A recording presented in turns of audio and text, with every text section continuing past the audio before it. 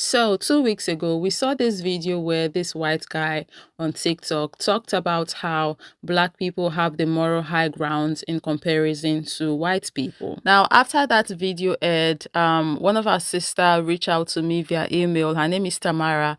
Shout out to Tamara, guys. And Sister Tamara reached out to me and she shared me two links to two other of his videos, and she was like, if we could look into those videos as well here on the channel. So without further ado, let's let the videos roll. A white buddy of mine today said, Dixon, not everything's about race, man. Right, buddy? I told him, I said, it ain't never been about race. Cause, I found out, that about 95% of these school shootings is by white people. Almost all of them is done by white people, and there's been hundreds of them now. Hundreds of mass shootings all around the country. But imagine if it was brown and black folks that were shooting up in white schools. But, that wouldn't make any difference, right? He said, well, of course not, Dixon. That ain't gonna make no damn difference in gun control. It's the Second Amendment. I said, yeah, it's funny though, in 1968, they had the Black Panthers with AK-47s and whatnot and assault rifles, and they were arming themselves. And by God, the first time they passed common sense gun laws. I mean, they banned the fucking assault rifle. All this amazing shit happened. But yeah, you're right. If it was black and brown people shooting up white schools, well, no, that wouldn't make any difference. I said, you know what? You're right, buddy. It ain't about race. That's why they want to ban CRT, because we ain't got no real racism in our history. That's why they want to ban wokeism and ban racial consciousness, because there ain't no racism here. There never was. From slavery to assassination, Abraham Lincoln, MLK to Jim Crow, man, it ain't never been about race, and it never will be. And that's why they got all that legislation to stop black books and to ban and criminalize black books and black history, because it ain't never been about race, none of it. And we're supposed to just sweep it under the carpet and not talk about it. We're supposed to normalize denying and gaslighting white supremacy, because that's the goddamn motherfucking American way, right, buddy? But this time he was getting pretty red in the face. I don't know why, but I'm just saying it's not about race, right? The KKK in Tennessee, founded in Pulaski, Tennessee, was never about race. Those 3 state representatives, 2 of them being expelled today, and the white one not being expelled for the exact same behavior, not about race. You're right. Nothing in America is about race, and that's why they're fighting so hard to not talk about race. Because if we don't talk about it, we'll never fix it. And the system and the culture of white supremacy will keep right on shining throughout the land. And in reality, that's what you want, my friend. The one who says, not everything's about race. You're right. Not everything's about race in the mind of a white person. But if you're not white, every fucking thing is about race.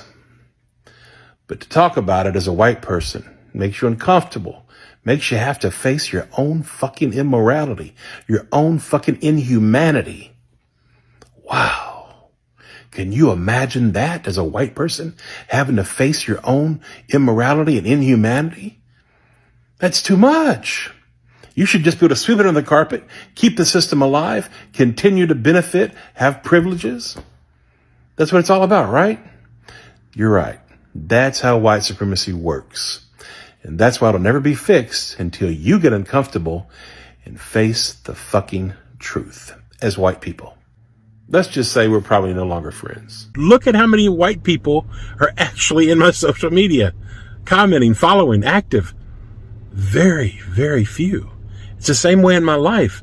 I have lost, God, so many close and dear white friends and family. When I say family, I'm talking about close family members that will not, that we don't speak anymore.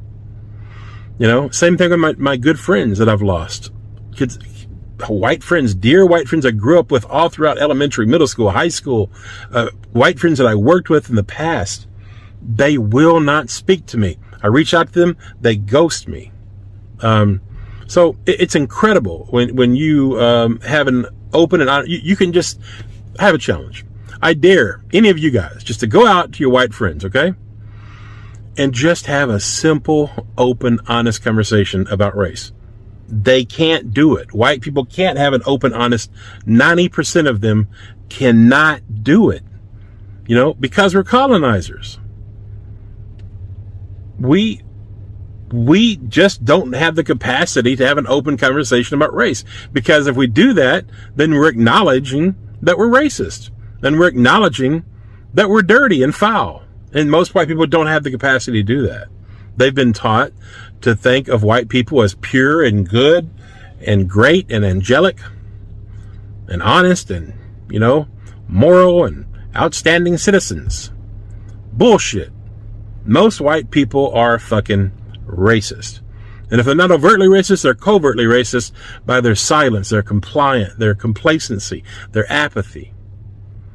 Yeah, you might use the N-word, but you could give a fuck about what happens to your brown, black, and indigenous brothers and sisters. You don't give a fuck. Most white people, I could dare to say, don't even know who Emmett Till is. Don't even know who Tamir Rice is. Most white people today, ask them who Emmett Till is. Ask them who. Oh, they know who Martin Luther King is. Yeah, that's the one person they know. And most of them will be threatened by a person like Malcolm X. But ask them who Trayvon is, who Tamir Rice is, who Ahmaud Arbery is. Ask them. Sandra Bland. Ask them. Most white people don't even fucking know. That's the God's truth. They don't even fucking know because they don't fucking care.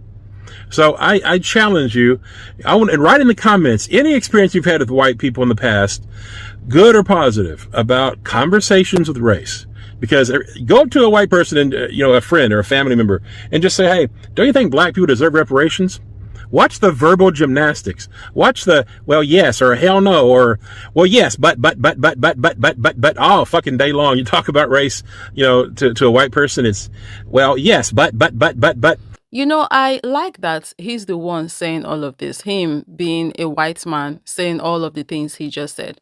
And the reason why I like it is because, for one, they were the ones, white people, who created this mess. So, they're supposed to be the ones at the forefront trying to correct the mess as well. And the second reason why I like that he's the one, him, a white man, saying all of this is because if a black or brown person comes out and say the things that he just said, they would have called this black or brown person a racist. They would have said, oh, you are generalizing, you are saying this. Have you met all white people? Have you met this majority white people you're talking about that are racist? You can't just make sweeping statements like that. But they can't say all of that to him, though, because he's white. They can't call him a racist for saying the things that he's saying because he's a white man speaking about white people. And they know, too, that him being a white man, he grew up around white people. He knows what white people are like firsthand because he experienced them firsthand being a white person. Now, black people experience white people, right, from everyday interactions at work, at school, on the street, in the supermarket. Yeah, black people experience white people, and black people know how white people are like historically. But when you have a white person from the community speaking about the community, it's different. Because if we want to keep it 100 here, all of these things that he just said about white people or the white community, he's not the only one who knows this. They can't deny all that he said or say that what he said was a lie, because they too grew up in this community, like the white community, right? And the things that he saw or have experienced in the community, they too have similar experiences. The difference between him and the rest of them is that he is willing to be honest about what's going on there and state the truth for what it is. He is really to call a spade, while the rest of them are not willing to do so. Them calling out these truths like he did, the way he did this, would be them ratting themselves out, would be them ratting their family members out, would be them ratting their grandpa, their neighbors, maybe their pastors, and their boss at work out, would be them ratting the entire race out. And we know, like he said, they have this thing within their community of preserving this image of pureness, this image of goodness, this image of savior, this image of saint, angelic image that they have. So talking about all of these things that we all know is happening or parts of white behavior is going to make them start to, one, look at themselves differently, which is something they don't want to do, but also going to start making them look at their community differently, which is something they don't want to do, right? And which would in turn make the entire world start to look at them differently. And like I said, they want to preserve the image of good, pure, angelic savior that they have going, which works to their benefit, and they don't want to change all of that.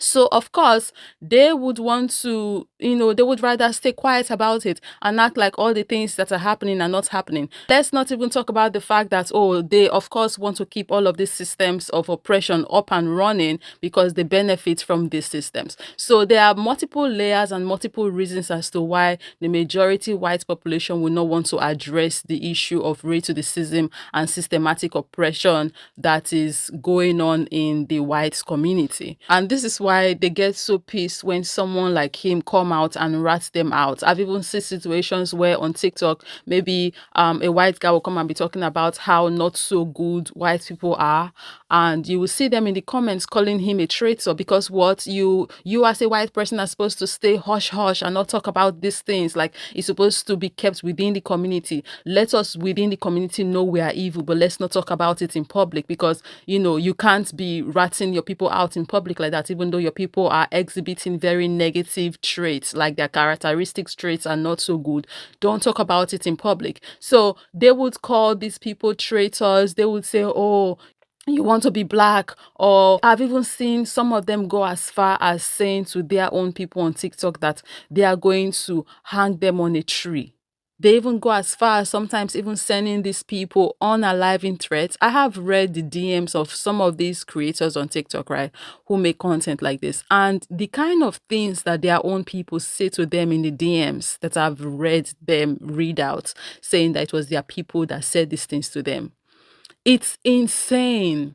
And I'll just be there like, my goodness, this is why this person is so sick of the community. This is why this person is so sick of you people. Because if you are treating him like this, I can only imagine how you would treat a black person or a brown person who come by your path that's doing this kind of work that you don't like because they're speaking about the community. Like, it's crazy. It's insane. This is why I find it so ironic when them folks come online talking about black on black crime, wanting to paint this image of, oh, black people hate each other. They're always unaliving each other because any small opportunity they get, they cannot wait to unalive their own.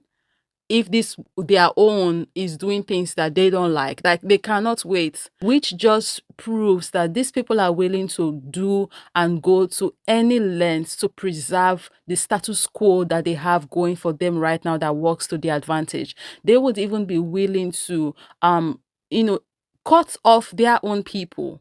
They don't care. I'm starting to realize very slowly that we when we have this conversation sometimes, I would say things like, oh, these people only care about like white lives, or they only care about white people, which to a large extent is very true. But sometimes when you see their behaviors online, it makes you realize that they really may not care about, or really might not really care about white lives as they want to make as it is perceived, right?